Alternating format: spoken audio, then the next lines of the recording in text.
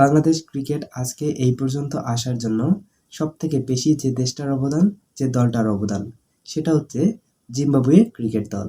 এমন একটা সময় ছিল বাংলাদেশের একমাত্র প্রতিপক্ষ ছিল জিম্বাবুয়ে।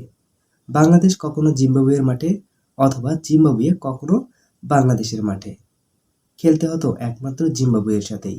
ম্যাচের পর ম্যাচ বাংলাদেশ জিম্বাবুয়েকে হারিয়েছে। হয়তোবা এ কারণেই বাংলাদেশ ক্রিকেট আজকে এই পর্যায়ে। তাই এবারে টি-20 বিশ্বকাপে জিম্বাবুয়ে ক্রিকেট দলের এই সাফল্য একজন বাংলাদেশি ক্রিকেট ভক্ত হিসেবে অনেক বেশি আনন্দের। জিম্বাবুয়ে শক্তিশালী অস্ট্রেলিয়াকে হারিয়েছে এবং স্বাগতিক শ্রীলঙ্কাকে হারিয়েছে। তারা সুপার 8 নিশ্চিত করেছে এবং গ্রুপ চ্যাম্পিয়ন হয়ে। অনেক অনেক অভিনন্দন জিম্বাবুয়ে ক্রিকেট দলকে।